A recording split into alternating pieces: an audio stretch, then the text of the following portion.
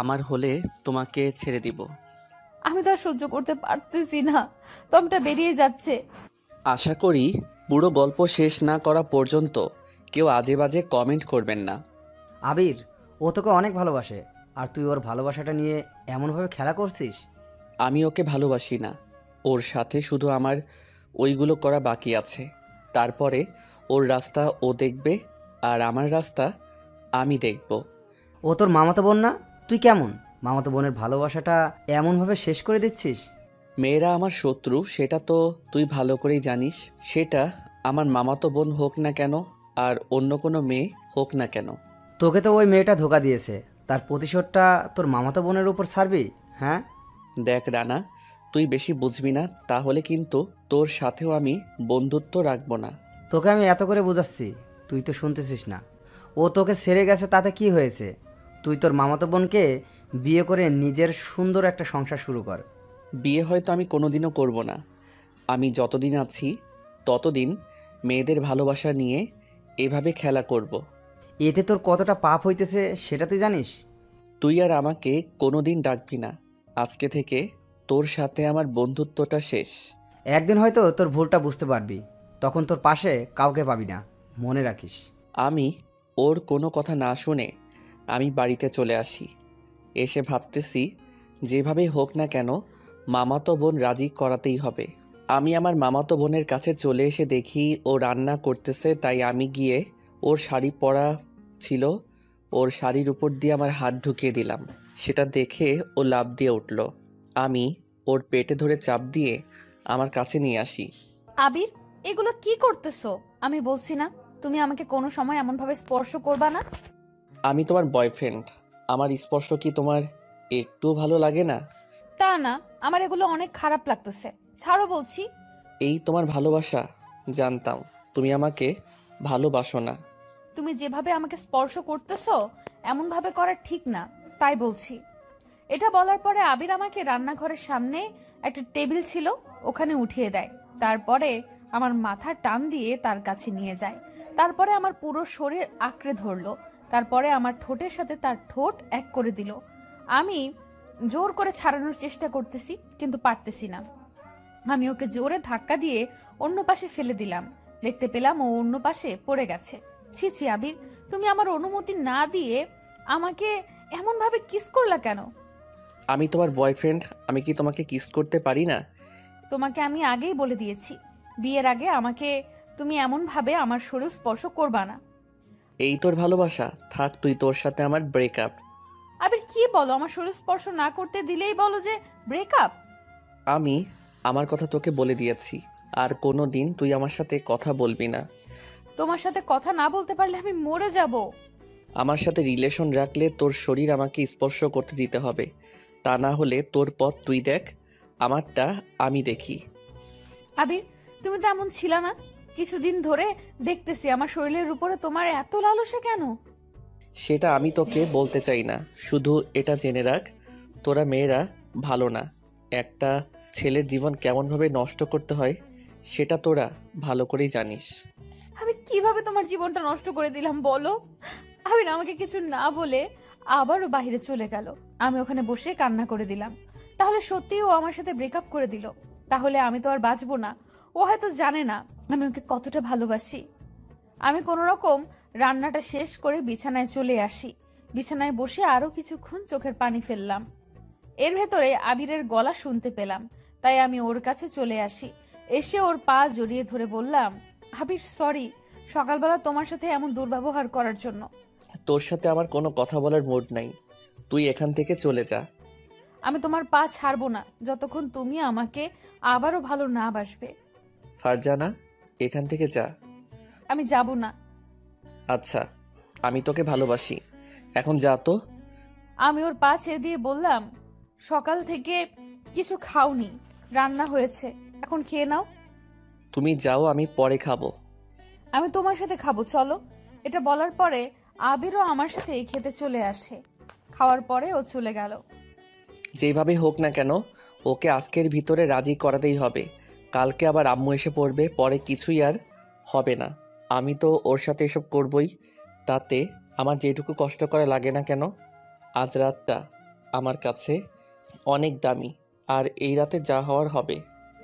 রাতের বেলা গল্পের বই পড়তেছি আর গল্পের বই পড়ার ভেতরে আবিরের কথা ভাবতেছি। এর ভেতরে আবির এসে আমার পাশে বসলো। আমি বললাম, রাতের খাবার খাবে, দিব? না, আসলে ফারজান আমার খুব উইশ করতে ইচ্ছে করতেছে।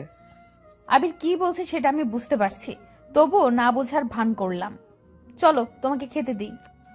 আমার কথাটার আগে উত্তর দাও, তারপরে খাবো, না হয় আজ আর কিছুই খাবো না। কি ভালো করে বুঝিয়ে বলো। আমি তোমাকে অন্যভাবে স্পর্শ করতে চাই। আবির, তুমি আগে এসবের আবদার করেছো, সেটা হয়তো আমি কোনোদিনও দিতে পারবো না। আমাকে তুমি ভালোবাসো না জানতাম। তুমি আমাকে ভালোবাসো না? আবির, তোমাকে যদি আমি ভালো না বাসতাম তাহলে তোমার সাথে আমি এমন ভাবে বারবার নত হতাম না। অত সব আমি কিছু জানি না। তুমি তোমাকে স্পর্শ করতে দিবা কি না? আবির, তুমি এমন ভাবে আমাকে জোর করো না প্লিজ। একটাবার আমি তোমার সাথে এগুলা করতে চাই, একটু বোঝো তুমি। না হয় আমি কিন্তু চলে গেলাম, হয়তো কোনোদিন আমার ভিতরে তুমিটা খুঁজে পাবে না, আর আমাকে হারিয়েও ফেলতে পারো।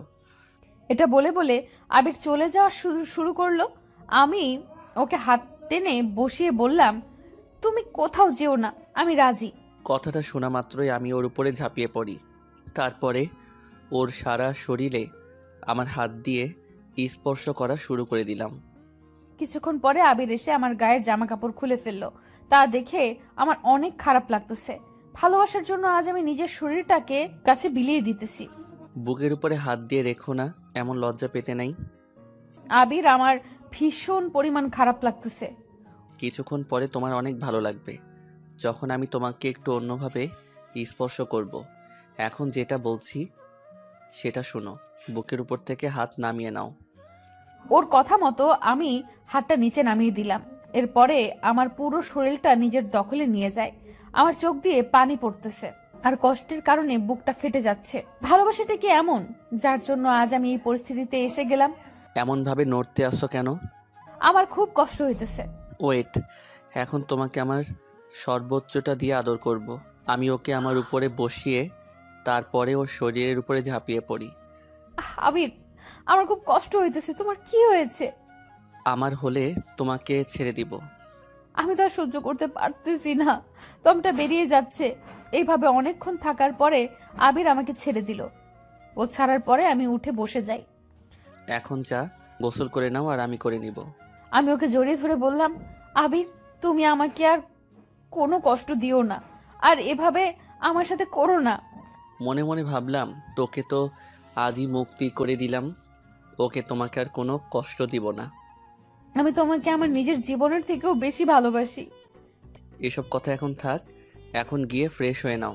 ঠিক আছে, আমি ওয়াশরুমে চলে যাব। এমন সময় আবিরের ডাক। ফারজানা, 72 ঘন্টার ভিতরে পিল খেয়ে নিও, না হয় কিন্তু পরবর্তীতে সমস্যায় পড়তে হবে।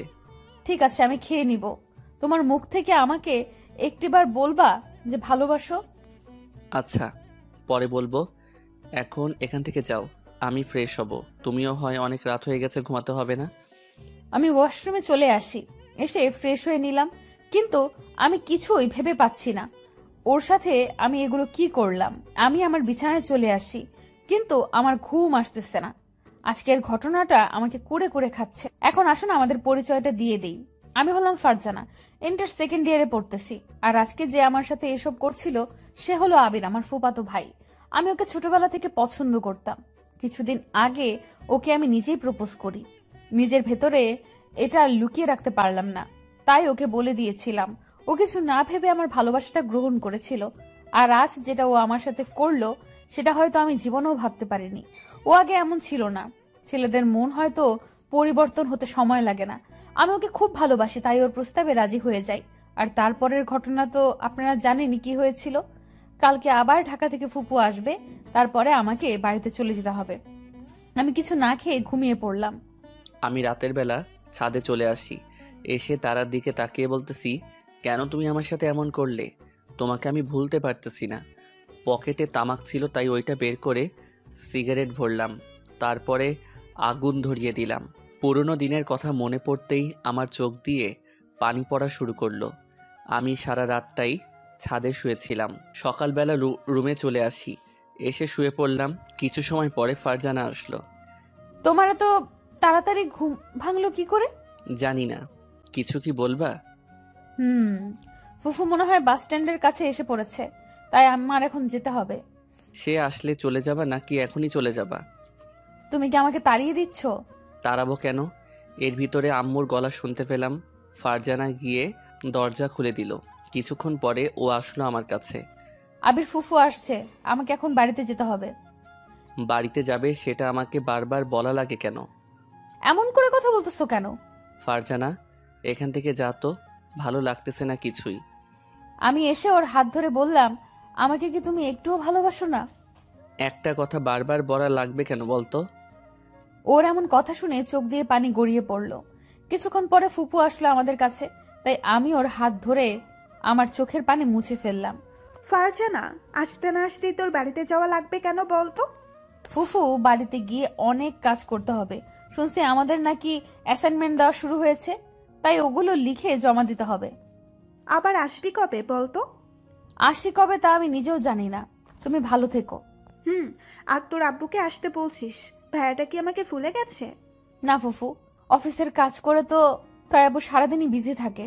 ফুফুর সাথে আরো কিছুক্ষণ কথা বলে তাকে পাঠিয়ে দিলাম। এর ভেতরে আবির উঠে যাচ্ছে, তাই আমি বললাম, আবির আমাকে একটু গাড়িতে উঠিয়ে দিয়ে আসবে? আমার উঠিয়ে দিয়ে আসা লাগবে কেন? একা একা যেতে পারো না? আমি তোমাকে এগিয়ে দিতে পারবো না।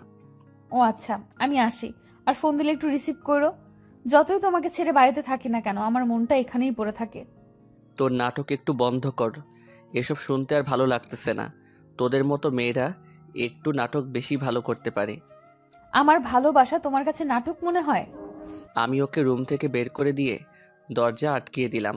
সেটা দেখে ও কান্না করে দিল। ও কাঁদলে আমার কি? ওদের মতো মেয়েরা ভালোবাসা নিয়ে এমনভাবেই নাটক করতে পারে। এখন যদি কেউ আমাকে বলে তোমাকে ছাড়া বাঁচবো না, তখন আমার অনেক হাসি পায়। আর ওর ভালোবাসার নাটক দেখে আমারও অনেক হাসি পায়। কিছুক্ষণ পরে শুনলাম আম্মুর ডাক। আবির, দরজা খোল।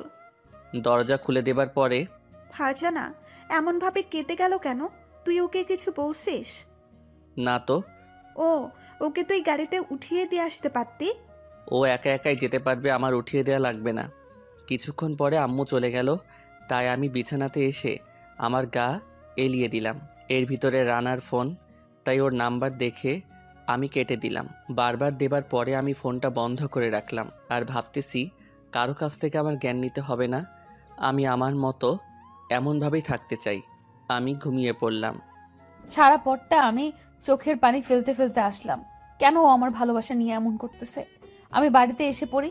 আসার পরে আমার চোখের পানি দেখে আম্মু বারবার জিজ্ঞেস করছিল কি হয়েছে, বাট আমি তাদের কিছুই বলিনি। রাতের বেলা আবিরকে ফোন দিতেছি কিন্তু রিসিভ করতেছে না। অনেকবার দেবার পরে ও রিসিভ করলো। বাড়িতে গেছো ভালো কথা, আমাকে ফোন দিয়ে এমনভাবে কেন বিরক্ত করতেছো? কেন, এখন কি আমাকে আর তোমার ভালো লাগে না? ফারজানা, ফোন রাখো তো, আমি বিজি আছি। আমার শরীর পেয়ে গেছো, তাই আমাকে এখন আর ভালো লাগে না? তুই যেটা ভাবো সেটাই। এটা বলে আবির ফোনটা কেটে দিল। তখন আমার বুক ফেটে কান্না আসছিল, তবুও নিজেকে সামলিয়ে নিলাম। দেখতে দেখতে 6 মাস কেটে গেল। এতদিন আবিরকে ফোন দিলেই আমার সাথে রাগী ভাবে কথা আর সহজে ফোন রিসিভ করতো না। কিছুদিন ধরে লক্ষ্য করতেছি আমার পেট বেড়ে যাচ্ছে। নিজের কাছে সন্দেহ লাগা শুরু করলো। হঠাৎ এটা হবার কারণ, তাই আমি আমার একটা বান্ধবীকে নিয়ে হসপিটালে চলে আসি। আসার পরে কিছু টেস্টের রিপোর্ট পেয়ে আমি তো চমকে উঠি। আমার পেটে নাকি 6 মাসের বাচ্চা। সেটা শুনে আমার বান্ধবী বলল এটা কার। আমি ওকে কিছু না বলে বাড়িতে চলে আসি। আসার পরে আবিরকে ফোন দিলাম, বারবার দেবার পরে রিসিভ করলো। কি বলবি বল, আমি এক জায়গায় আসছি। আবির একটা ঘটনা ঘটে গেছে, আমি মা হতে চলেছি। কি বলতে আসছিস এইগুলা? এটা বাবাকে তুমি বললেই হলো নাকি? আর আমি তোকে সেদিন পিল খেতে বলছিলাম না? আবির, আমার খেতে মনে ছিল না, এখন আমি কি করব বলো? সেটা আমি জানি কি। তুমি জানো না মানে? এখন আমি এই পেটে বাচ্চা কি করব? হ্যাঁ, এই আমি রাখি, তোর সাথে কথা বলতে চাই না। আবির শোনো, এটা যদি মানুষ শুনে আমি সমাজে মুখ দেখাতে পারবো না। চলো আমরা আজকে বিয়ে করি।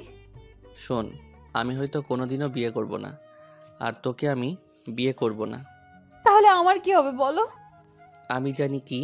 আবির আমার কোনো কথা না শুনে ফোনটা কেটে দিল। আমি ওখানে বসেই কান্নায় ভেঙে পড়ি। আর ভাবতেছি যেভাবেই হোক না কেন এই বাচ্চা আসার আগে ওকে বিয়ে করতে হবে, তা না হলে আমি নিজেকে শেষ করে দিব। আমি কিছু না ভেবে বিকেল বেলাতে ফুফু বাড়িতে এসে পড়ি। আমাকে দেখে আবির অনেক ঝগড়া করলো, তা দেখে ফুফু ওর গালে দুটো চড় মারলো। এখন পর্যন্ত কেউই কিছু জানে না। রাতের বেলা আমি আবিরের রুমে চলে আসি। কি হয়েছে?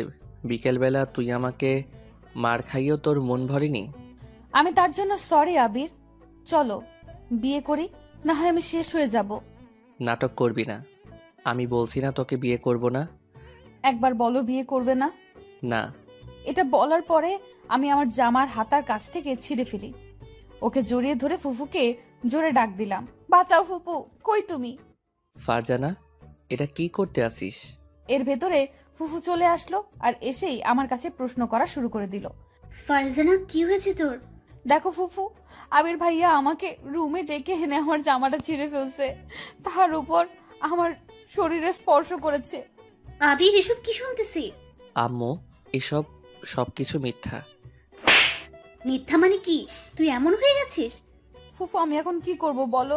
ওর সাথে আমাকে এখন বিয়ে দিয়ে দাও, না হয় তুমি কি করবে নিজেই ভাবো। আমি ওর সাথে তোর বিয়ে দেব। আমি এখনই তোর আব্বুকে ফোন দিচ্ছি। দেখো আম্মু, এইগুলো সব মিথ্যা। আর আমি এখন বিয়ে করতে চাই না। হয়তো আমি আর কোনোদিন বিয়ে করব না, এটাই আমার শেষ কথা। বিয়ে করবি না মানে? এটা বলে ফুফু ওকে আবারও মারতে চলে যায়, কিন্তু আমি তার হাত টেনে ধরি। ফুফু চলে গেল আর আবির আমার দিকে রাগী ভাবে তাকিয়ে চলে গেল। আমি রুমে চলে আসি, বুকের ভেতরে ব্যথা করতেছে। কেন আমার সাথে এমন হলো? আমি তো ওর কাছ থেকে একটু ভালোবাসায় আবদার করেছিলাম, তার জন্য ও আমাকে এত বড় কষ্ট আর শাস্তি দেবে এটা হয়তো আমি কোনো দিন ভাবতেও পারিনি। পরের দিন দুই পরিবারের মতে আমাদের বিয়ে দিয়ে দেওয়া হলো। আমি বাসর ঘরে বসে আছি, অনেকক্ষণ পরে আবির আসলো, তাই আমি ওর কাছে চলে আসি। এসে সালাম দেবার আগেই ওর পা সরিয়ে নিল। নাটক করে তো ভালোই বিয়ে করতে পারছিস। এছাড়া আমার আর কোনো লাইন ছিল না। আমার পেটে বাচ্চা খুব তাড়াতাড়ি এই দুনিয়াতে আসছে, তাই তোমার সাথে এমন করছি।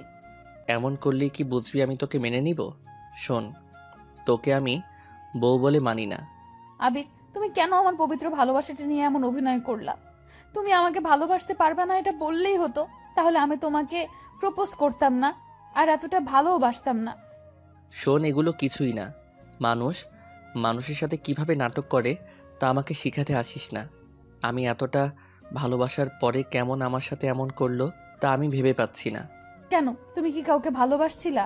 আর কেই বা তোমার সাথে নাটক করছে? জানি না। শোন, আমার সাথে ঘুমাতে পারিস, কিন্তু আমাকে কোনোদিনও টাচ করবি না। আর আমিও তোকে টাচ করতে চাই না। আবির, এগুলো কি বলতেছো? একদম চুপ, কোনো কথা বলবি না। এটা বলে আবির শুয়ে পড়লো আর আমি ওর পাশে শুয়ে পড়লাম। কেন আমার জীবনটা এমন ভাবে নিজেই শেষ করে দিলাম? কেন আমি এমন ভুল করলাম? আমি শুয়ে পড়লাম, মাঝরাতে হঠাৎ কিছু একটার গন্ধ নাকে আসলো। ঘুম ভেঙে গেল। গন্ধটা এমন খারাপ যার কারণে আমার বমি চলে আসছিল। উঠে দেখি আবির মদ খাচ্ছে। আবির, এগুলো কি? সেই কৈফিয়ত কি আমি তোকে দিব? তুমি কেন এসব জিনিস খাইতেছো? তোমার কিসের কষ্ট আমাকে একটু বলো। রাতের জ্বর কথা কি মনে আছে? আমার হাতে আর মার না খাইতে চাইলে তুই ঘুমিয়ে পড়। আমি ওর কাছে চলে আসি, এসে মদের বোতল জোরে আছাড় মারলাম। তুই মদের বোতল ভাঙলি, আমি এসে ওকে মারা শুরু করে দিলাম। কেন তুমি আমাকে এইভাবে মারছো বলো একবার। শোন, আমার কোনো বিষয়ে তুই নাক গলাতে আসবি না। আমি যেটা খুশি সেটা করব। আমি শুয়ে পড়লাম। সারা রাতে আমি কান্না করতে করতে পার করে দেই। সকালবেলাতে উঠে পড়ি। দেখতে দেখতে আরো 2 মাস কেটে গেল। এইদিকে আমার পেটের অবস্থাটাও তেমন ভালো না, দিন দিন পেট বেড়েই চলেছে। তাই আমি আজ একা ডাক্তারের কাছে চলে আসি। কিছুক্ষণ পরে ডাক্তার বলল আমার শরীর নাকি অনেক খারাপ। আমি ডাক্তার দেখিয়ে রিক্সা করে বাড়িতে ফিরতেছিলাম, এমন সময় দেখতে পেলাম রানা ভাইকে। তিনি রিক্সাওয়ালা মামাকে বললাম তার কাছে নিয়ে যেতে। আমাকে দেখে এসে আমার কাছে চলে আসলো। ফারজানা, তুমি কেমন আছো বলো? আমি রিক্সাওয়ালা মামাকে পাঠিয়ে দিয়ে বললাম, ভাইয়া আমি ভালো নেই। আবির কেন আমার সাথে এমন করলো? আমি জানি তোমাদের সব বিষয়। ও কেন তোমার সাথে এমন করলো তাও বলি। চলো ওই পাশে গিয়ে বসি। আমাকে নিয়ে সে একটা জায়গায় চলে গেল। তোমার শরীরের অবস্থাটা এখন কেমন? এই মোটামুটি ভালো ভাইয়া। বলেন ও কেন আমার সাথে এমন করতেছে? ফারজানা, তোমাকে আজ আমি সব বলবো। ও ও আসলে একটা মেয়েকে অনেক ভালোবাসতো, এই ধরো নিজের চাইতেও বেশি। তোর সাথে রিলেশন করার আগে ওর একটা মেয়ের সাথে সম্পর্ক ছিল। আমাকে সব কিছু খুলে বলেন তো। তাহলে বলি সব তোমাকে। আমরা দুজন সেই দিন বৈশাখে মেলা দেখতে গিয়েছিলাম। মেলা দেখতে দেখতে হঠাৎ বৈশাখে ঝড় শুরু হয়। যে যেভাবে পারছে সে সেইভাবে ছুটছিল। হঠাৎ আবিরের মুখে একটা উড়না উড়ে এসে মুখে আটকে যায়। ও সেটা সরাতে না সরাতে মেয়েটা আসলো। ভাইয়া এটা আমার ওড়না, দেন প্লিজ। কেন নিজের ওড়নাটা সামলিয়ে রাখতে পারেন না? আরে ভাইয়া, যে ঝড় শুরু হয়েছিল আমি বুঝতে পারিনি। এখন বলেন দিবেন কি না? কেন না দিলে কি করবে শুনি? আপনি কথা পেঁচাইতেছেন কেন? ঝড় শুরু হয়ে কিন্তু এমন ঝড়ে আমার কিন্তু অনেক ভয় লাগে। এই নিন। ওড়না দিয়ে আমি তার দিকে তাকিয়ে রইলাম। এত সুন্দর একটা মেয়ে আকাশ থেকে উড়ে এসে পড়লো নাকি? হঠাৎ আকাশে বিদ্যুৎ চমকে উঠল। সেটা দেখে মেয়ে আমাকে জড়িয়ে ধরল। ভাইয়া আমার অনেক ভয় করতেছে। এই ছাড়ুন, কি করতেছেন? ভয় করে ভাইয়া, প্লিজ আমাকে বাসা পর্যন্ত এগিয়ে দিয়ে আসবেন। ঠিক আছে চলুন। হঠাৎ দুজনে বলে উঠলাম, আপনার নাম কি? কিভাবে দুজনে একসাথে বললাম? এই দুজনে একসাথে বলার মানে জানেন? না তো, আপনি বলেন না। না জানলে আমিও বলতে চাই না। আমার নাম হলো তিথিমণি। আপনার নাম কি? আমার নাম হলো আবির। আপনার নামটা কিন্তু অনেক কিউট। একটা নামের ভিতরে দুটো নাম, সেই লেভেলের। তাই নাকি? অনেকক্ষণ হাঁটাহাঁটির পরে আমাদের বাসার কাছে এসে পৌঁছালাম। আমি এখন আসি। এখানে কি আপনারা থাকেন? বাই। বেঁচে থাকলে কোনো একদিন আপনার সাথে কথা হবে। কেন? আপনি চাইলে তো আমাদের রোজই কথা হতে পারে। কিভাবে? নাম্বারটা দিলেই তো কথা হতো। ভাই আমি মোবাইল চালাই না, বুঝছেন? ভাব, মেয়েরা এমনই। দেখতে পেলাম আবির চলে যাচ্ছে, তাই আমি ডাক দিয়ে ব্যাগে কলম রাখা ছিল ওইটা দিয়ে ওর হাতে আমার নাম্বারটা লিখে দিলাম আর বললাম তাড়াতাড়ি বাড়িতে যান, একটু পর আবারও ঝড় শুরু হবে। ঠিক আছে, আমি বাড়িতে চলে আসি। রাতে ওই ভাবতেছি মেয়েটা আমাকে এমনভাবে জড়িয়ে ধরলো কেন। রাতে আর আমার ঘুম হলো না। সকালবেলা নাস্তা করে রানার কাছে চলে আসি। এসে মুড অফ করে বসে আছি। কিরে, কলেজে যাবে না নাকি? দোস্ত, কি আর কলেজে যাব? সারা রাত ওই মেয়েটার জন্য কিছুতেই চোখের পাতা এক করতে পারিনি। কেন, প্রেমে পড়ে গেছিস নাকি? বলতে পারি না। তাহলে একদিন ফোন দিয়ে প্রপোজ করে দে। আমি নিজে বলবো না, ওই আমাকে প্রপোজ করবে, দেখিস। জীবনেও করবে না, আর যদি করে তাহলে তুই যা চাইবি তাই দিব। ঠিক আছে, কিছু ভাবলাম, তাকে একটা কল দেই। তাই নম্বরে একটা ফোন দিলাম। ফোন দিয়ে আমার পরিচয় দিলাম। কেন? ভাবছিলাম কালকে রাতে আপনি আমাকে ফোন দিবেন, কিন্তু আমাকে ফোন দিলে টাকা নষ্ট হবে, তাই হয়তো ফোন দেননি। আসলে তিথি, কালকে রাতে না ঘুমিয়ে পড়েছিলাম, তাই আপনাকে কল দিতে পারিনি। ও, তো কি করতেছেন? এই তো আমার সেই বন্ধুটার সাথে বসে আছি। শুনেন, একদিন আমাদের এখানে আসবেন। আপনাকে না আমার দেখতে খুব ইচ্ছে করতেছে। ঠিক আছে, আসবো।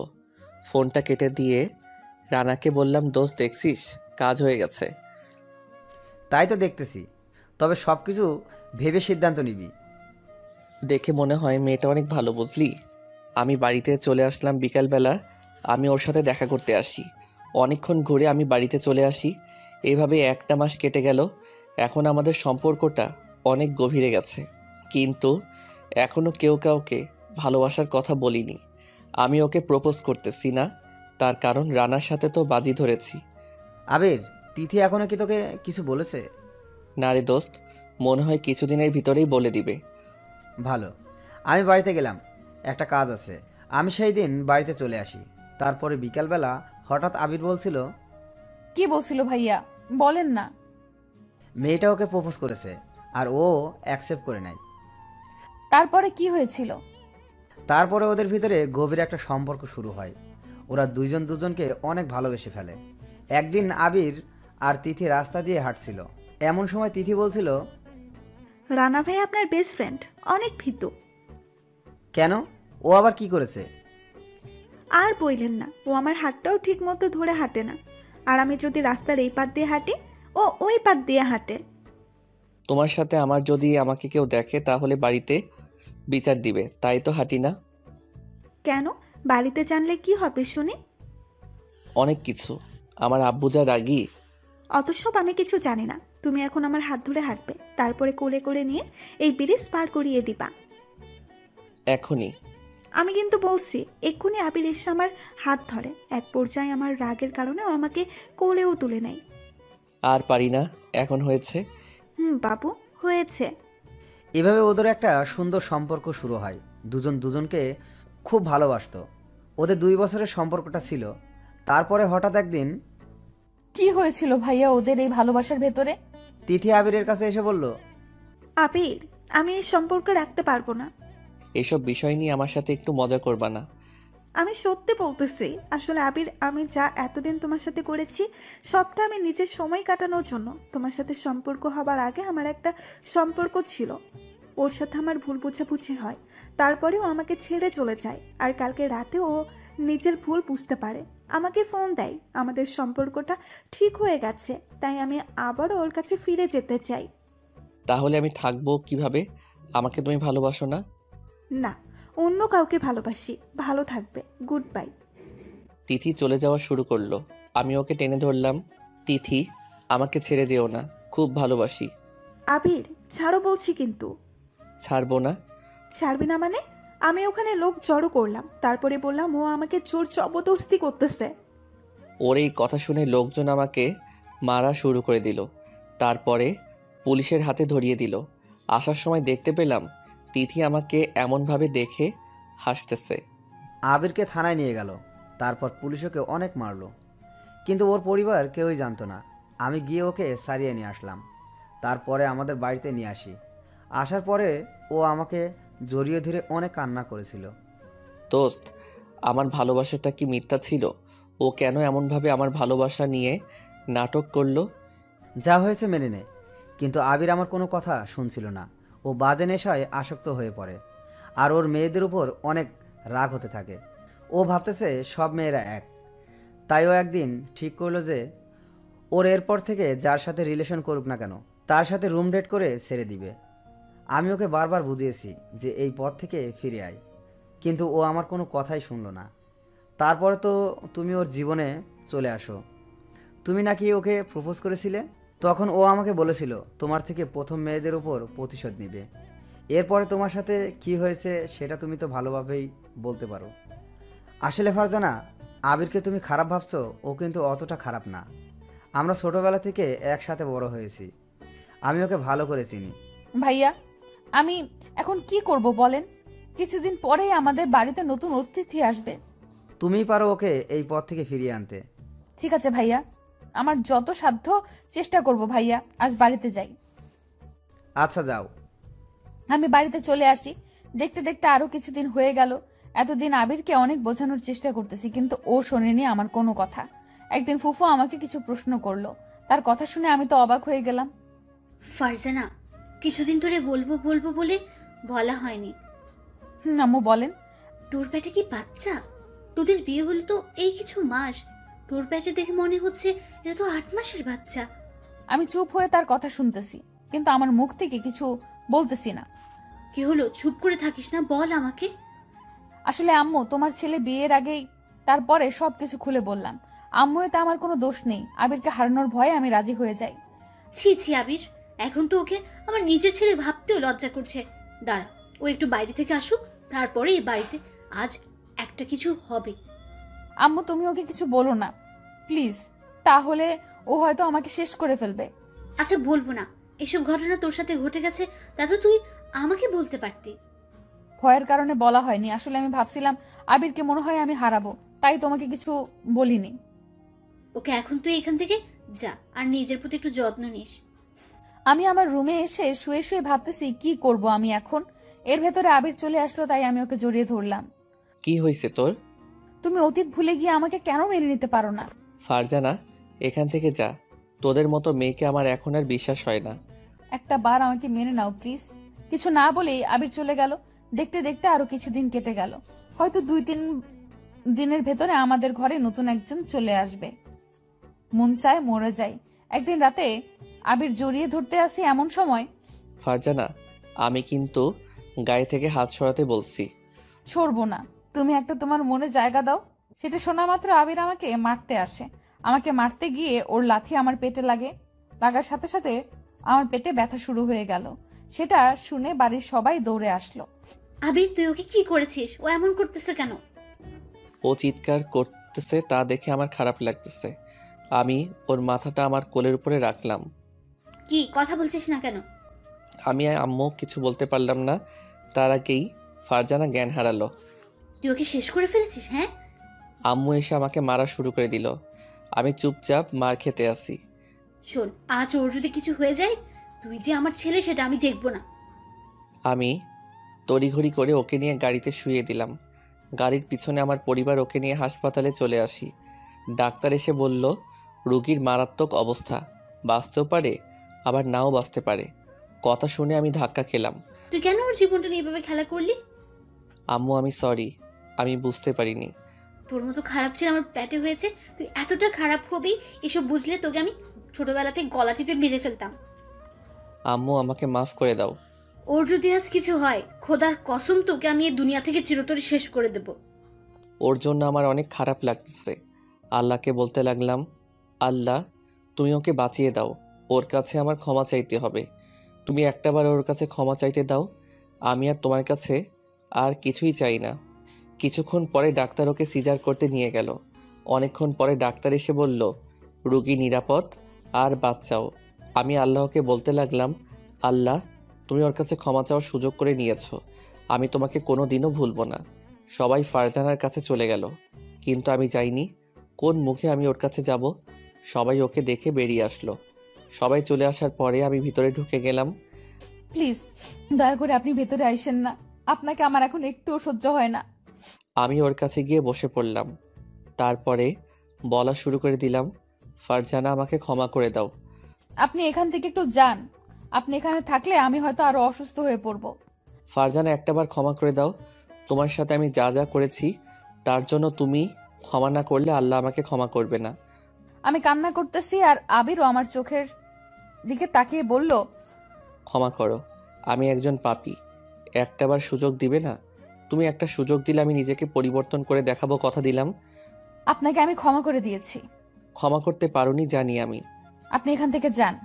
ফারজানা আমি তোমার পা ধরে বলতেছি, একটাবার ক্ষমা করো। এই কি করতেছেন? পা ছাড়ুন।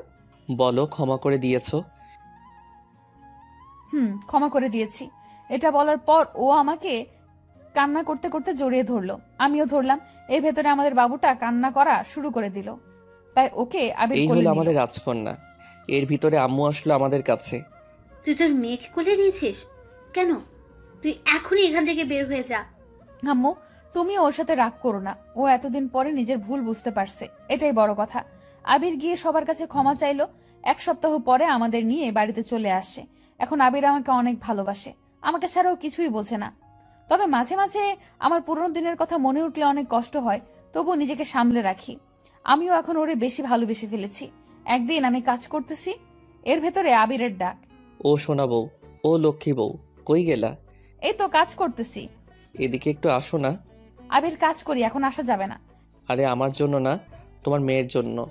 তোমার মেয়ে না হিসু করে দিয়েছে, সেটা একটু পরিষ্কার করে দিয়ে যাও। কেন, তুমি আছো কিসের জন্য? তুমি কি করতে পারো না? তুমি তো বলেই আমি তোমার পিচ্চি বর, পিচ্চি বরের কি পরিষ্কার করতে পারে? আমি ওর কাছে চলে আসার পরে দেখতে পেলাম এসব কিছুই না। ও আসলে আমাকে মিথ্যে বলে এখানে নিয়ে আসছে। আসার সাথে সাথে ও আমাকে জড়িয়ে ধরলো। এই কি করো? 2টা দরজা খোলা। আর তুমি আমাকে মিথ্যা বলে এখানে নিয়ে এসেছো কেন? সকাল থেকে এত কাজ তোমার, আমি তো তোমাকে না দেখে থাকতে পারি না। আমি তোমার কাছে এত থাকলে কাজগুলো কে করবে? কাজ তো পরেও করা যায়, এখন এইভাবে কতক্ষণ থাকি? জি না, রান্না পুড়ে যাবে, তারপরে পুড়ে যাওয়া জিনিস কিভাবে খাবে? এখন বলো, এখন গেল কোন সময় আসবে? রাতের বেলাতে আসবো একেবারে। ঠিক আছে, তবে যাওয়ার আগে আমার কিছু জিনিস লাগবে, ওইগুলো দাও। ওই রাতে দিব, এখন না। আমার এখনই লাগবে, দাও। না। ওই শোনা, যাবা নাকি আর একটু সময় থাকবা? তোমাকে আমার ছাড়তে মন চায় না।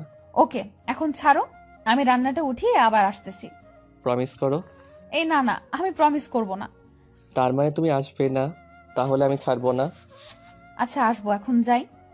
ও চলে গেল। সেদিন সত্যি রান্না পুড়িয়ে গেছিল। দেখতে দেখতে আরও কিছুদিন কেটে গেল। কিছুদিন ধরে আমাদের মেয়েটা ঠান্ডা লাগছে, তাই আমি আর ফারজানা ওকে নিয়ে ডাক্তারের কাছে চলে আসি। আসার সময় হঠাৎ রাস্তার মাঝে একটা মেয়ে আমার পা জড়িয়ে ধরল। আমি তাকে ধরে উঠালাম। তাকিয়ে দেখি তিথি। আবির, তুমি আমাকে ক্ষমা করে দাও। কথাটা শুনে অনেক হাসি দিলাম। তোর মতো মেয়ে ক্ষমা করব? জীবনেও না। তোর জন্য আমার জীবনটা নষ্ট হয়ে গেছে। আর কোনো সময় তুই আমার চোখের সামনে পড়বি না। তুমি ক্ষমা না করলে হয়তো আল্লাহ আমাকে ক্ষমা করবে না। তোর গায়ে যেন হাত তোলা না লাগে তার আগে এখান থেকে বিদায় হ। এটা বলার পরেও চলে গেল, কিন্তু ফারজানা তা দেখে কিছু বলল না। রাতের বেলা দেখতে পেলাম আমার পাগলিটা একা একা বসে আছে। কি হয়েছে পাগলি? এটা বলার পরে আমি ওকে জড়িয়ে ধরলাম। এই ছাড়ুন, ভালো লাগতেছে না। কি করলাম বলো? তুমি তিথির সাথে কথা বলছো কেন? আরে সোনা, তার জন্য কি রাগ করা লাগবে? সরি, আর বলবো না। আর ওকে তোমার চোখের সামনে আসতে বারণ করেছি, সেটা তুমি শুনোনি? হইছে। হয়েছে কি, আমি ওকে কোলে নিয়ে খাটে শুয়ে দিলাম। তারপর ওর বুকের উপরে শুয়ে পড়লাম। আর কোনো সময় যেন না দেখি ওর সাথে কথা বলতে। ঠিক আছে। এটা বলে আমি ওকে জড়িয়ে ধরলাম, আর ও আমাকে জড়িয়ে ধরলো। এরপর থেকে শুরু হলো আমাদের নতুন পথ চলা। দোয়া করবেন কোনোদিন যেন এই ভালোবাসা কেউ যেন ভাঙতে না পারে। তবে যাবার আগে আমার বউ কিছু কথা আপনাদের বলতে চায়। আপুদের বলছি, রিলেশন চলাকালীন কেউ আমার মতো এমন ভুল করবে না যে তোমাকে সত্যিই ভালোবাসবে সে তোমার শরীর কোনোদিন চাবে না। একটা কথা ভুলে যাবেন না, অনেকে কিন্তু ভালোবাসার ফাঁদ পেতে বসে আছে। এমন মিথ্যা ভালোবাসার ফাঁদে কেউ পড়বেন না। দেখা হবে আপনাদের সাথে আবার।